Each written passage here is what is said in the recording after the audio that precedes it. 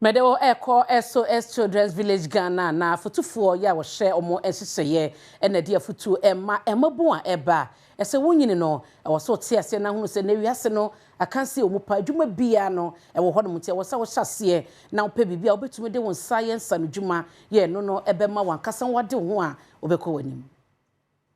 Odina watwe bako asi ho aye entitiye ediama emabuna wonmo amantam edunsie mu afibiare kame ese omuhiem eye entitiye efa wo mabrabon so beku school anase wo besua adwuma no eye National Development Advisor for SOS Children's Village Ghana wo mo ye sa entitiye ne edima eye emabuno afiwe nso de akoso ewa santimantem enam so ema Kofi Aduako wono ene ye Alternative Care Coordinator ene Adom Kasee abonkomo akire ekwan a ombefa so a ombebua emabuno ne adache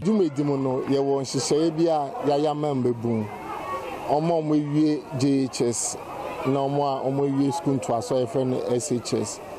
we omo wie school to aso friend SHS na omo de ne ye say edwuma mpese omo ye ne action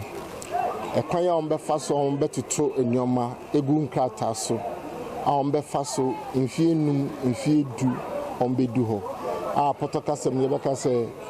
career planning and development. Eno ho dwumedina na wotwe di si ho se yeni bebu be fema eno mafem. Enu echi no Rebecca Bodzi ya wono eye emabuna wono enya ntitie ni bi nso ne Adom Kasee ebo nkomo efa nkyerɛkyerɛ odisi wona wotwe edima womo atwa ya kwan ya yebetimi a start ye business say